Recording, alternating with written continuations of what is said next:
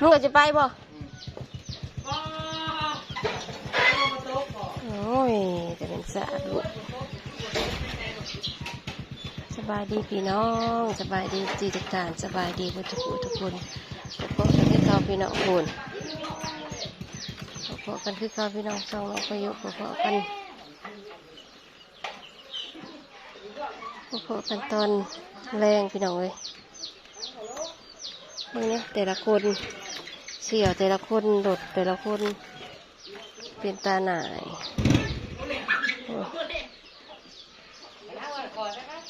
เฮ็ดยังก่อน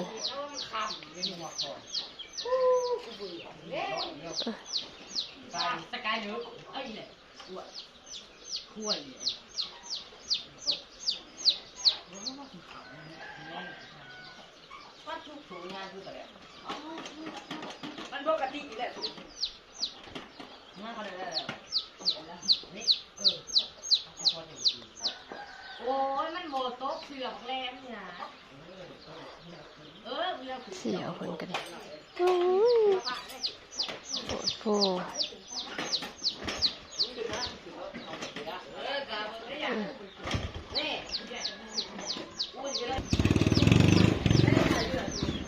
ไม่มีนะไปหาหน่อไม้เอาร้านไปหาหน่อไม้พร้อมเฮานะเฮาไปสอมโทรศัพท์แต่บ่ได้พี่น้องเอ้ยเครื่องบ่มีโทรศัพท์กระป้งแล้วก็ตายป้งแล้วก็ตายดับไปเลยโดยอัตโนมัติดับแล้วก็เปิดเครื่องเองอีกโอ้ยจะเหม็นสะอาดเด้เงินกับบ่มีแป้งกับจักสิเบิดเท่าใดเอายังอีกฮะหน่อไม้ไม่มีไปหากับพายุหน่อยขนาดนั้นเปิดไปหากับพายุหน่อยอันฮักลงมาผัดลาดผัดปอกกินพายุนะกินหน่อไม้ดิบนะกินคืองัวคือควายปอกเสียงดังก็เลาะเพิ่นว่าผู้ป้านะฮะผู้ร้านนะกิ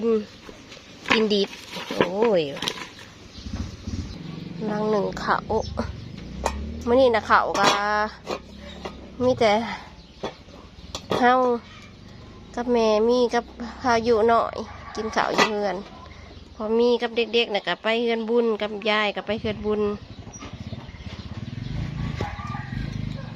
ก็เลยบอกสู่ไปมีกินข้าวแล้วก็เลยแต่พวกไรเติบ ยังไรเติบยายกับฮะกับมาแต่เฮือนบุญพี่น้องเอ้ยมาแล้วก็อาบน้ำแล้วก็สิไปต่อพระเจ้าแผ่ก็มีผู้นอนพระเกิดผู้แก่งามมือซ้ายผู้นอนน้ำเขาสิไปนอนนะคะเจ้านอนเป็นหมูเป็นผูเขาจะไฟแหน่แล้วสิไปนอนนอนเป็นหมูเป็นผูกันเหรอเอาคนกับบริไลปันไดติคนกับบริไลพอมีเพิ่นกับไปครัวงวดตั้งแต่3 โมงพระเจ้าพระแผ่ให้ไปเห็ดซอยไปกันบ่แผ่กับบ่ได้ไปพี่น้องบ้านเฮาเนี่ยต้องหาเหือหาแห้งหาแผ่บ้านแผ่เมืองคำหมาคำพูเรียนคิดใต้แล้วถูกเดี๋ยวนอนบึกตั้งแต่ค่ำโอ้ยนอนบ่หลับเซลนอนเฮือนหมูนอนบ่หลับได้พี่น้องเอ้ยนอนเฮือนหมู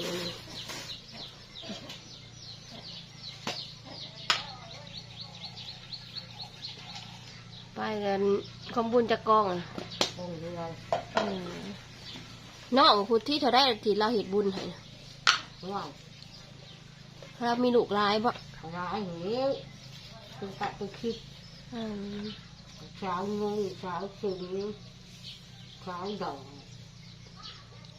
กบุญมา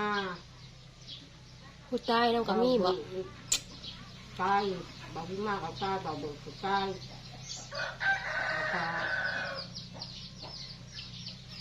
หักมาเบิดบ่พวกญาติพี่น้องเขาจ้ะเขา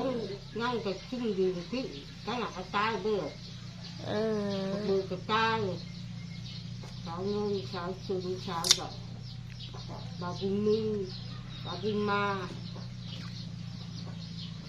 น้องเราก็ประมาณ10 คนพูดแล้วพี่น้องพระเจ้าเฮานี่บ่จักดอกพี่น้อง bà e nhàng thì tên chip khôn của เต้นนี่เป็นผู้หลาบ่ mẹ อืม những rau chip khôn của คือว่าใต้น้ำน้องสาวหลา ừ. เพื่อนกับอันคายให้น้องสาวหลาลูกสาวมาคายให้หนูcó hiện mày bây giờ thái rồi ตัวเฮ็ดใหม่นี่สร้างไว้บ่คิดว่าตัวเองสิตายบ่คิดว่าสิเจ็บสิเป็น bên thì cũng thế có cả sáng gương còn cả khử ma อืม ngọn cao là khử ma nó tìm ma cua có hai mô không có là bạc cả chiềng nó dùng êm khung อืมเส้นประสาท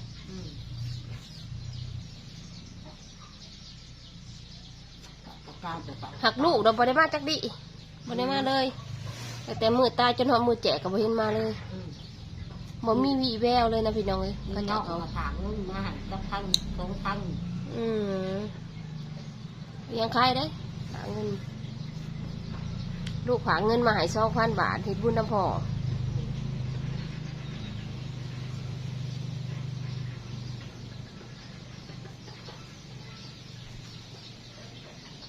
ยังใครอยู่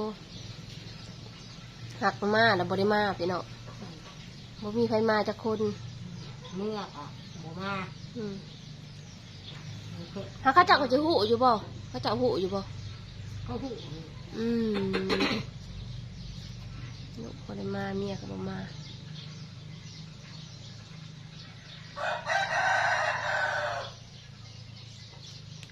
หักยายนี่ก็จังสิไปนอนอยู่เฮือนเขาเจ้าผู้นแหละนอนก็นอนหลายคนอยู่ดอก ครับไปนอนปุ๊บ ไปหาตุ้นยังบ่ทันได้มาบ่ ขโมยวันผิดถูกกัน อืม สิไปนอนถูกจ้ะ สิไปนอนเฮือนบุญผู้นแหละเฮือนบุญแจกผู้นแหละเฮากับมื้อนี้บ่ได้ไปเลยเฮาก็ดิเนี่ยขนาดไปร่วมก็ยังบ่ได้ไปให้สิเอาอันนี้หน่อยนี่สิเอา ที่เชียงหนูเข้ามา เจ้าแหละเขาจะเอามาง่วงใช่ไหมก็ลงไปพุ่น เขาก็อ่านที่ อากาศมื้อนี้ก็คือว่าโอเคอยู่พี่น้องเอ้ยหนาวพวกอันนั้นอยู่ เขาไปติดทองไปเขาวันที่เช้าจาม เทวดาหน่อยเคยนอนอันหลัดอันเนื้อนอนหลัดแรงแค่นั้นนะ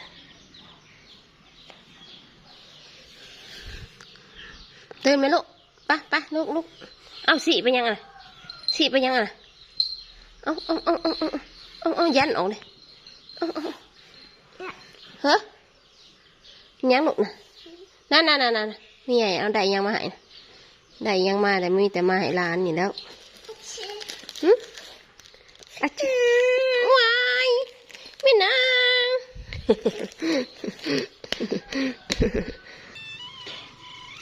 โอเคพี่น้องเขาจริงขอจบคลิปไว้เพียงเท่านี้ก็เด้อฝากกดไลค์กดแชร์กดติดตามช่องน้องพายุพี่น้องคลิปหน้าพบกันใหม่อยู่ดีแห่งทุกคนสบายดี